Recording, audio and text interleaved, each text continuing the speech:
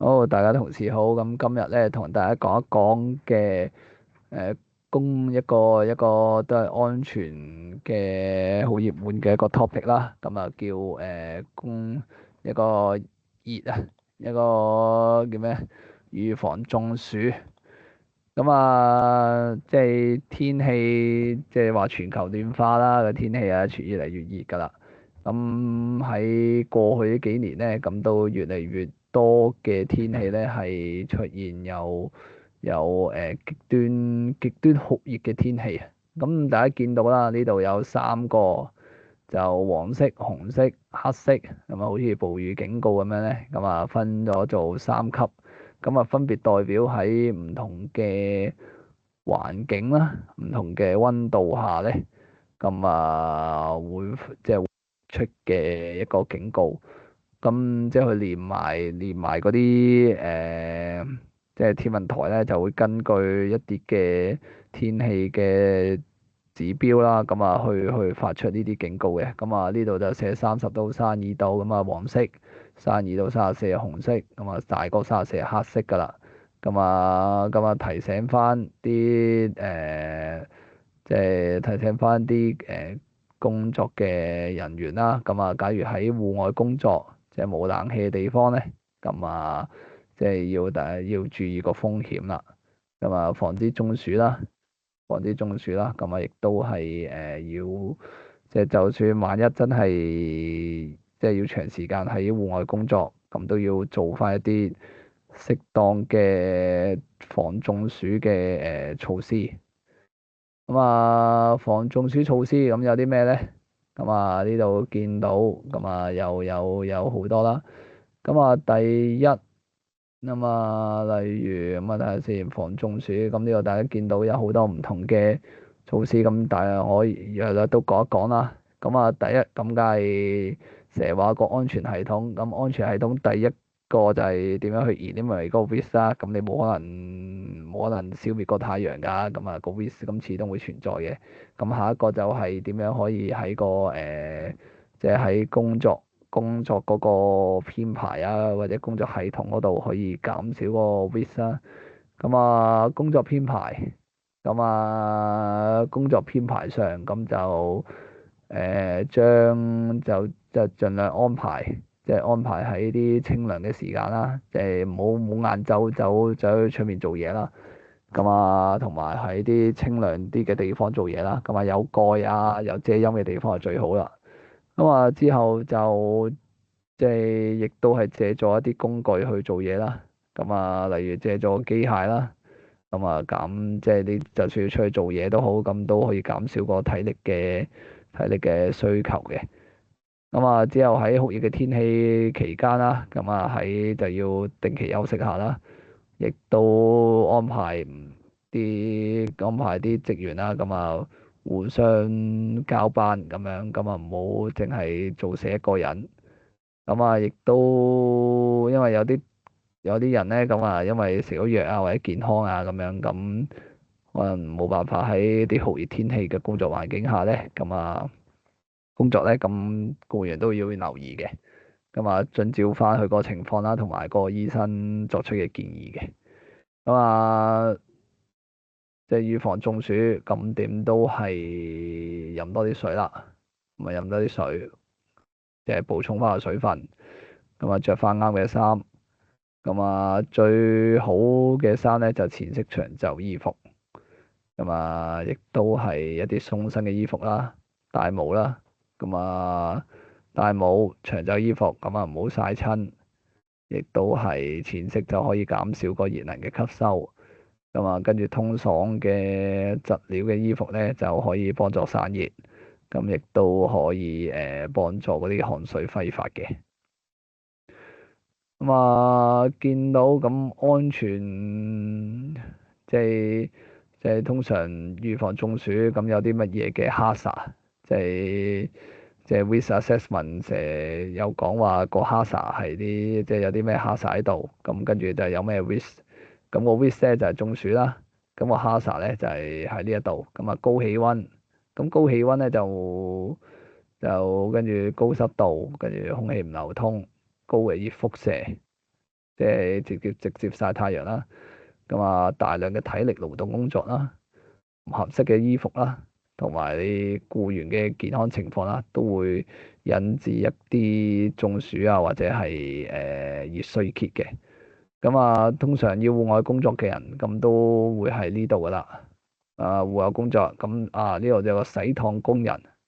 洗燙工人就喺個洗衣鋪嗰度做嘢嘅啫，咁又但係咧，佢就係一個高溫有關嘅疾病，咁即係佢平時洗衫咧，咁其實喺間房入面都好焗嘅，即係喺個洗衣房又焗又濕又熱咁樣，咁廚房都係啦，咁其實都會係，其實都要預防中暑嘅。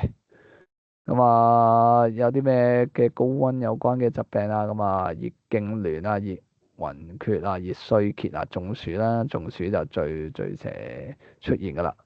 咁啊，中暑咧，咁就咁啊，即係呢度可以等人再講嘅。咁啊，咁預防咁頭先都講咗啦，即係工作環境。咁啊，頭先就講啲工作嘅編排啦。咁而家講下工作環境咁啊。即係環境嗰度，咁睇下可唔可以改善個環境啦，改善個通風啊，或者係隔離工作地點內嘅高溫設備啊，即係你哋唔好產生熱啦，咁啊咁樣都可以有幫助嘅。跟住同埋避免喺猛烈嘅陽光下工作啦，咁啊適當咁樣加啲遮陰嘅帳篷啊，或者係啲喺帳篷下工作。咁預防中暑啊嘛，頭先都講咗一啲啦。咁啊，預防中暑，咁其實中暑係一個即係一個疾病嚟嘅啦。即係可以係咪一個疾病？即係一個誒高溫啊，同高溫有關嘅疾病啦。咁啊，今次咧就呢一個單章咧，咁其實就講一啲就講下主要兩款咁啊，熱衰竭同埋中暑咁點處理啦。咁啊，見到中暑咁啊，中暑風險咁啊，頭先講咗高溫、高濕度、熱輻射、冇流通啊嗰啲。咁啊，好啦，即係萬一即係咁唔好彩咁啊，有呢啲特徵。咁啊，其實就要睇下點處理啦。咁例如熱衰竭咁樣，熱衰竭咁同中暑其實好類似嘅。咁啊，先講嗰先講個中暑先啦。中暑比較 common 啲。咁中暑咧就即係熱到某一個程度咧，咁啊佢會中暑就發覺個面色好紅啦。咁啊嗰啲血啊奔晒上嚟啊咁樣。咁啊脈搏係急速好快嘅。咁啊體温上升到41度。咁啊冇汗，因為啲汗都排唔到熱啦。已經冇汗，可能已經即係身體入面嘅水分已經唔夠啦，唔夠汗都冇啦。跟住覺得頭痛啊、暈啊、神志不清啊咁樣。咁第一樣嘢咁樣肯定係盡快移動去陰涼嘅地方。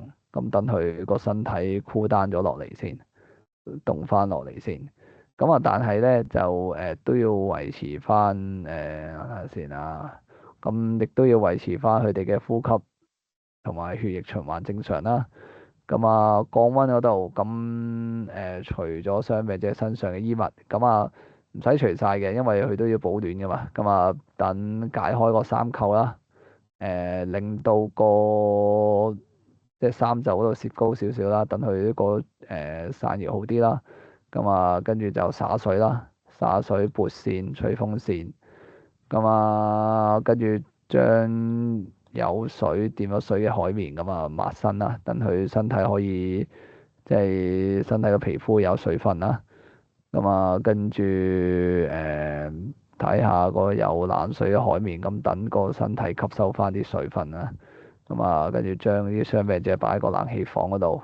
咁啊即係都維持翻嗰個即係維持翻嗰個散熱啦。咁啊之後就送去醫院，同埋睇翻佢嗰個溫度、身體體溫嘅變化啦。咁另外一個就比較容易撈亂嘅咧，咁啊係熱衰竭。咁啊熱衰竭咧，咁啊其實係一個都都係由即係高溫產生嗰個嘅一個疾病啦。咁但係佢個病徵就有啲唔同嘅。咁例如衰竭咁，佢面色就唔係紅白，唔係紅啦，係蒼白嘅。咁蒼白得嚟咧，佢脈搏咧又好快，但係又弱嘅。咁體溫就上升啦，咁啊，但係又唔會去到41度。咁啊，同埋佢會出汗嘅，出汗。咁啊，出汗，跟住連埋其他嗰啲抽筋啊，即係直情即係神經系統嗰度有啲即係有啲問題啊咁樣，咁啊令到抽筋啊咁頭痛啊、暈啊、疲倦啊咁樣虛弱啊，咁呢啲即係因為熱得滯咁啊影響埋個神經啦。咁啊都係第一樣嘢就移落去個陰涼處啦，移落陰涼處。咁啊，跟住就除衫啦，即係頭先話解衫紐啊嗰啲咁樣，咁同埋用個線降溫，咁同呢個 part 就同中暑差唔多。咁但係咧要留意咧，就係因為你太快降溫咧，咁其實都唔好嘅。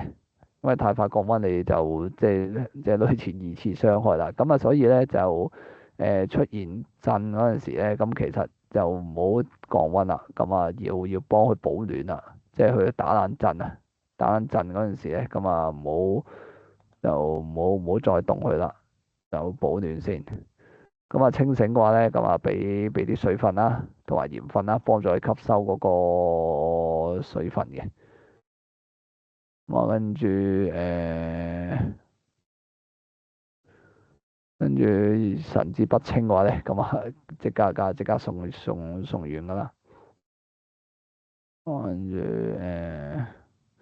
好，咁就即係進行有關嗰個暑熱工作嗰陣時咧，咁啊要做翻個風險評估啦。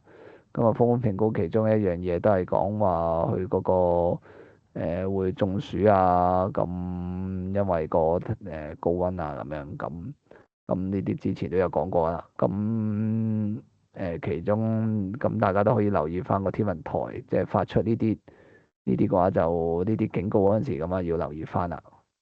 好，咁我哋喺酷熱天氣下工作嘅 topic 啦，咁啊講到呢度啦。